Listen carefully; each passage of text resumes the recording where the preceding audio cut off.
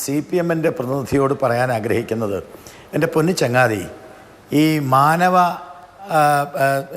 സ്നേഹവും മാനവനായി ജീവിക്കണമെന്നും മാനവനായി കഴിയണമെന്നും ഞങ്ങളിൽ ക്രൈസ്തവ രക്തമില്ലെന്നും ഒക്കെ പ്രഖ്യാപിച്ചത് ഞാനല്ല, നിങ്ങളാണ്. അങ്ങനെ പ്രഖ്യാപിച്ച് ഈ കേരളത്തിലെ പാവപ്പെട്ട കുറേ ചെറുപ്പക്കാരെ ഈ അവരുടെ ധർമ്മത്തിൽ നിന്നും അവരുടെ മതത്തിൽ നിന്നും ഒക്കെ മാറ്റിയിട്ട് അവരെ ഞങ്ങൾ മാനവവാദികളാന്ന് പറഞ്ഞ് കൊണ്ടു നടന്നത് നിങ്ങളാണ്. ആ നിങ്ങളുടെ കുഞ്ഞിനെ നിങ്ങൾ കൊണ്ടുപോയി ക്രിസ്ത്യാനിയാക്കാമെന്ന് കരാർ എഴുതി കൊടുത്തപ്പോൾ ഞാൻ നിങ്ങൾ സംസാരിക്കുമ്പോൾ മാധു, ഞാൻ സംസാരിക്കില്ല.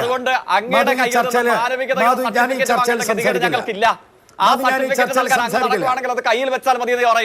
ശ്രീ ജെക്സി തോമസ് ഇടപെടരുത്. അങ്ങ് സംസാരിച്ചപ്പോൾ അദ്ദേഹം ഇടപെട്ടില്ല, അതുകൊണ്ട് അദ്ദേഹത്തിന് ഇടപെടരുത് എന്നൊരു ആവശ്യം മുന്നോട്ട് വെക്കാനുണ്ട്.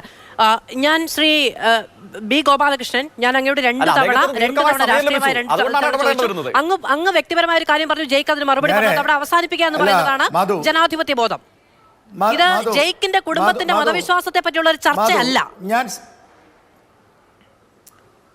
മധു, ഞാനൊരു കാര്യം, ഞാൻ ഈ ചർച്ചയിൽ വളരെ നികൃഷ്ടമായ ഭാഷയിൽ എന്നെ ആക്രമിച്ചിട്ടും ഞാൻ മിണ്ടിയിട്ടില്ല. അതാണ് സാമാന്യ മര്യാദ. ഞാൻ ഒരാൾ സംസാരിക്കുമ്പോൾ ഇടപെടില്ല. അയാൾ സംസാരിക്കുമ്പോൾ ഞാൻ എതിർത്ത് സംസാരിക്കാനുമില്ല. പക്ഷേ ഇനി അയാൾ സംസാരിച്ചാൽ ഞാൻ ചർച്ച അവസാനിപ്പിക്കും. എനിക്കത്രേ ഉള്ളൂ. നിങ്ങൾ നിർത്തേണ്ടി വരും, അല്ലെങ്കിൽ അയാളെ മൈക്ക് ഓഫ് ചെയ്യേണ്ടി വരും. എനിക്ക് പറയാനുള്ള ഒരു വരിയുണ്ട്, ആ ഒരു വരി ഞാൻ പറഞ്ഞിട്ടേ നിർത്തൂ. കാരണം എൻ്റെ അച്ഛനെയും അമ്മയും തറവാടിൽ ജനിച്ചവരായതുകൊണ്ട് അവരെന്നോട് പറഞ്ഞു, നീ ഹിന്ദു മതത്തിലും ഹിന്ദു വിശ്വാസത്തിലും ജീവിക്കണമെന്ന്. ചില തറവാട്ടിൽ ജീവിക്കുകയും കാപട്യം മാത്രം മുഖമുദ്രയാക്കിയിട്ടുള്ള ചില മാതാപിതാക്കന്മാർ മാനവരാണ്, മാർക്സിസ്റ്റുകാരാണ്, CPM-കാരാണ്, ലെനിനിസമാണ്, നമ്മളിൽ ഒഴുകുന്ന ചോര മാനവൻ്റെയാണെന്ന് പറഞ്ഞ് ആ പള്ളിയിലും മറ്റിടത്തൊക്കെ പോയിട്ട് കരാർ എഴുതി കൊണ്ടാക്കുന്ന ഒരു അച്ഛൻ്റെ എനിക്കെന്ന് മാർക്സിസ്റ്റ് പാർട്ടിയുടെ നേതാവിനോട് ഞാനങ്ങ് പറയാം.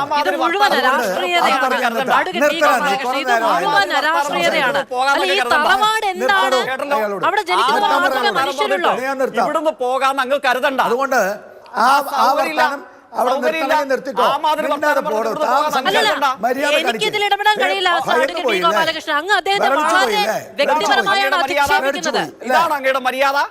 ഞാൻ അങ്ങനെ തന്നെ പറയും, അങ്ങനെ തന്നെ പറയും. കുടുംബത്തെ പറ്റിയോ കുടുംബാംഗങ്ങളെ പറ്റിയോ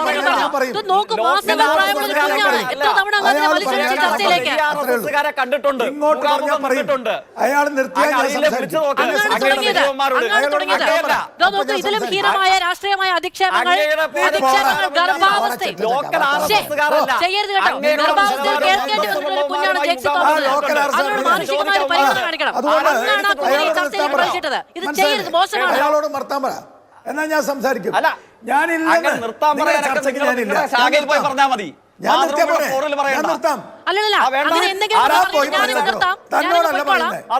തന്നോടല്ലോ പറയുന്നത്, നാണം കെട്ടവനെ. പറഞ്ഞല്ലോ രണ്ടുപേരോടും വ്യക്തിപരമായ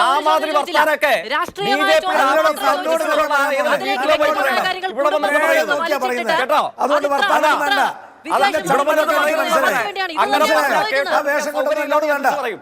വേഷം കൊണ്ടൊന്നും എന്നോട് വേണ്ട. അങ്ങനെ പറഞ്ഞാൽ ഇനിയും പറയും. ഇങ്ങോട്ട് പറഞ്ഞാൽ അങ്ങോട്ട് പറയും.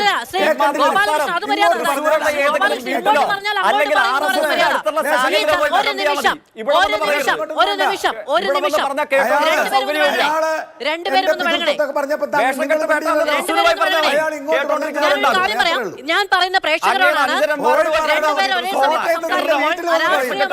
അസഭ്യമായതോ അശ്ലീലമായതോ ആയ പരാമർശം ഉണ്ടായാലും എനിക്കത് ഉത്തരവാദിത്തമില്ല. രണ്ടും ഒരേ സമയം കേൾക്കാനും കൃത്യമായി തിരുത്താനും എനിക്ക് കഴിയില്ല എന്ന് വരും. കേട്ടോ, രണ്ടുപേരും ഒരുമിച്ച് സംസാരിക്കുന്നതിനിടയിൽ അരാഷ്ട്രീയമായ എനിക്കൊന്നും ചെയ്യാൻ കഴിയില്ല. ആര് പറയണ്ട, വർത്താനം പറയാനാണ് ചർച്ചയ്ക്ക് വിളിക്കുന്നത്.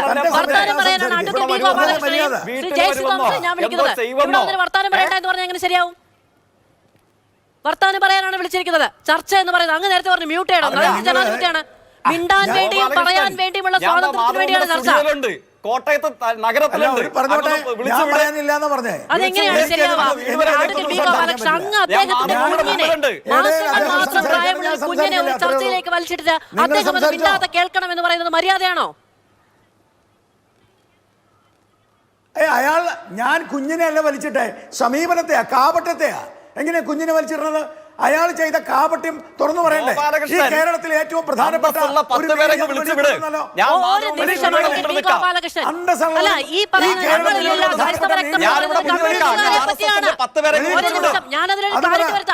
കമ്മ്യൂണിസ്റ്റുകാരെ പറ്റിയാണ്. ജെ.സി. തോമസ് അടക്കം കമ്മ്യൂണിസ്റ്റുകാരനാണെന്ന് സ്വയം അടയാളപ്പെടുത്തിയ കമ്മ്യൂണിസ്റ്റ് പാർട്ടിയിൽ അംഗത്വമുള്ള മനുഷ്യരെ പറ്റിയാണ്.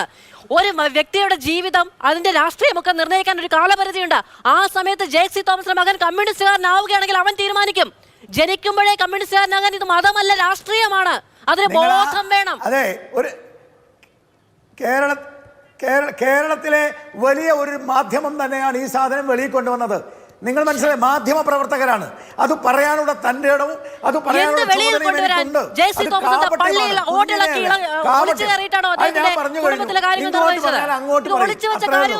നിങ്ങൾക്ക് പൊളയ്ക്കുന്നുണ്ടാവും, എനിക്കില്ല.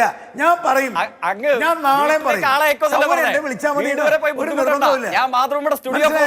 നാളെയും പറയും ഞാൻ, എനിക്ക് സൗകര്യം ഉണ്ടെങ്കിൽ വിളിച്ചാൽ മതി. അല്ല, മനസ്സിലായല്ലേ? നാളെ പറയും, നിങ്ങൾ സൗകര്യം ഉണ്ടെങ്കിൽ വിളിച്ചാൽ മതി.